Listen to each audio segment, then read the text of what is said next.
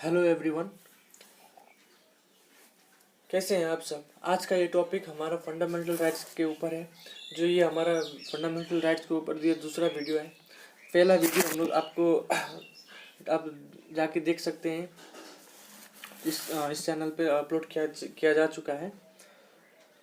तो हमारा वीडियो जो है वो कंटिन्यू हम लोग करते हैं, ठीक है। तो फंडामेंटल राइट्स के बारे में उस दिन मैंने बताया था कि फंडामेंटल राइट्स भारत में मैग्ना कार्टा के रूप में जाना जाता है, ठीक है।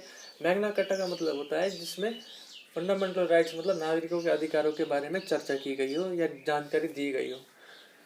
उसी के संदर्भ में हम लोग इसको आगे बढ़ाते हैं। तो फंडामेंटल राइट्स हमारे संविधान द्वारा हमें 7 फंडामेंटल राइट्स दिया गया है, ठीक है। 7 मतलब जो हमारे जीवन जीने के लिए मेन जो होते हैं उनमें से 7 अधिकार हमको प्रदान किया गया है।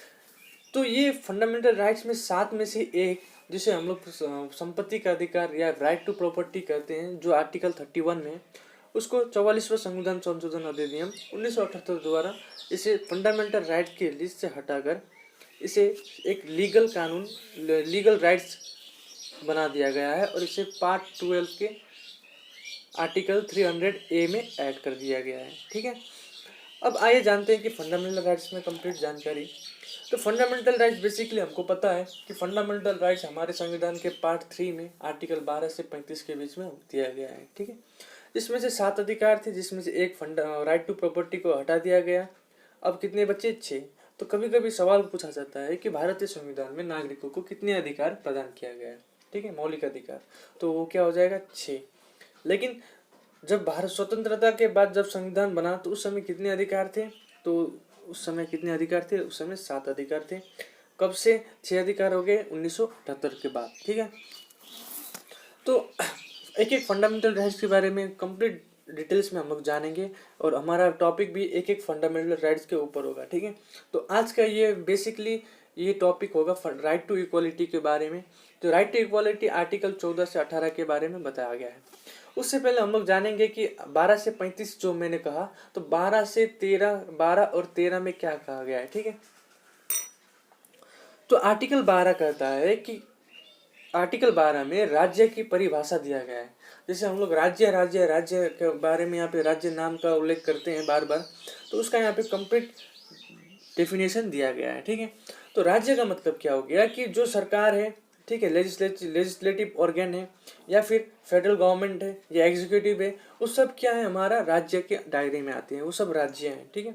और दूसरा है जो सेम स्टेट में भी उसी तरीके से स्टेट लेजिस्लेचर और स्टेट गवर्नमेंट, वो क्या हो गया? हमारा राज्य के दायरे में आ गए।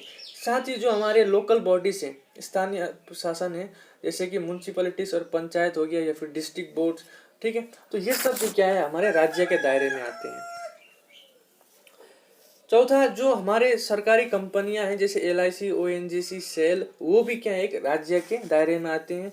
ये इनको कहा जाता है स्टैट्यूटरी और नॉन कॉन्स्टिट्यूशनल अथॉरिटीज।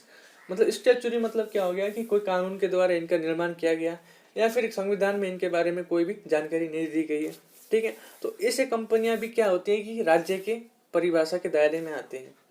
अगर राज्य के परिभाषा के दायरे में आने वाले जो सभी और इंटाइटी है, मतलब चीज़ें हैं, अगर उनके द्वारा कभी भी फंडामेंटल राइट्स का, नागरिकों के फंडामेंटल राइट्स का हनन किया जाता है, तो हम लोग उसको चुनौती दे सकते हैं न्यायालय में। तो सुप्रीम कोर्ट ने भी यह कह दिया है कि कोई private agency which is an institution of the state, मतलब कोई भी प्राइवेट कंपनी या फिर कोई भी प्राइवेट चीज़ जो स्टेट के दायरे के अंदर आती है, वो राज्य आर्टिकल 12 में राज्य की परिभाषा के दायरे के अंदर आएंगे, ठीक है। अब जानेंगे आर्टिकल 13 के बारे में। तो आर्टिकल 13 हमारा कहता है कि अगर कोई भी कानून फंडामेंटल राइट्स का हनन करता है तो वो आर्टिकल 32 से सुप्रीम कोर्ट में और आर्टिकल 226 से हाई कोर्ट में उसको हम लोग चुनौती दे सकते हैं और सुप्रीम कोर्ट इसे नल एंड वॉइड या फिर अवैध घोषित कर सकता है, गैर कानून घोषित कर सकता है। तो इस टाइप में तो यहाँ पे कभी कभी कंफ्यूजन होता है कि कैसे कानून, ठीक है। तो कानून यहाँ पे बहुत तरीके के बताए गए हैं डिटेल्स में। जैसे कि जो पहले के कानून थे, भारत के आज़ाद होने के पहले ही जितने भी कानून बने थे, ठीक है, वो इसी तरीके से चलते रहेंगे। अगर जब तक चलेंगे जब तक वे फंडामेंटल राइट्स का हनन नहीं करते। अगर वो फंडामेंटल राइट्स का हनन करते हैं तो उनको भी नल एंड वॉइड करार दिया जाता है, ठीक है। साथ ही यहाँ पे बताया गया है, कंप्लीट जानकारी दिया गया है कि परमानेंट लॉस हो या टेम्परेरी लॉस हो, ठीक है। तो परमानेंट मतलब क्या हो गया कि जो सेंटर द्वारा पास किया गया कोई भी कानून, या फिर टेम्परेरी लॉस जैसे कि कोई अध्यादेश जारी कर दिया गया है, ठीक है, प्रेसिडेंट या गवर्नर के द्वारा, या फिर कोई ऑर्डर जारी कर दिया, नोटिफिकेशन जारी करके, तो नागरिकों के अधिकारों का जब हनन होता है तो इस तरीके से तो हम लोग इसको चुनौती दे सकते हैं, और सुप्रीम कोर्ट या फिर हाई कोर्ट आर्टिकल 32 और 226 के तहत इसे नल एंड वॉइड इलीगल करार दे सकता है। तो इसी तरीके से हम लोग जानेंगे कि एक एक टॉपिक के बारे में अच्छी तरीके से। तो आज का ये टॉपिक होगा हमारा राइट टू इक्वालिटी के बारे में।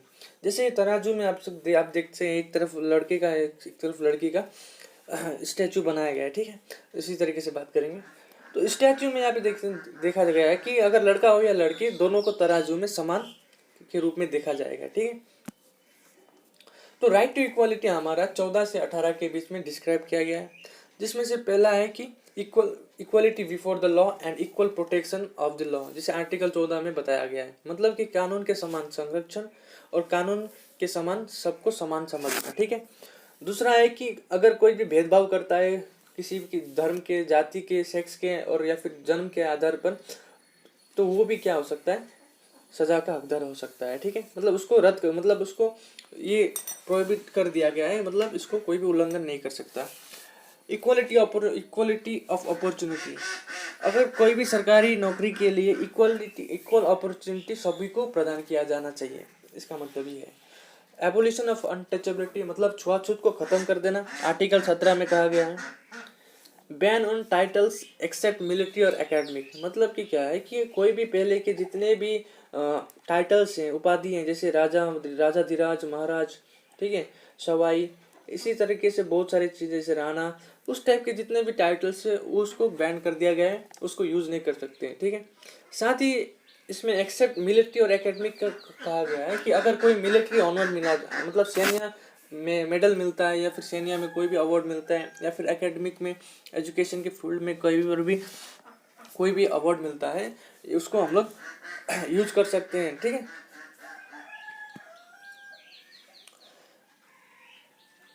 तो हम लोग का एक टॉपिक होगा first, equality before the law and equal protection of the law में, ठीक है। तो इक्वालिटी बिफोर लॉ का मतलब होता है कि कानून के समान, विधि के समक्ष समता, और दूसरा होता है विधियों के समान संरक्षण, ठीक है। विधि के समक्ष समता और विधियों के समान संरक्षण।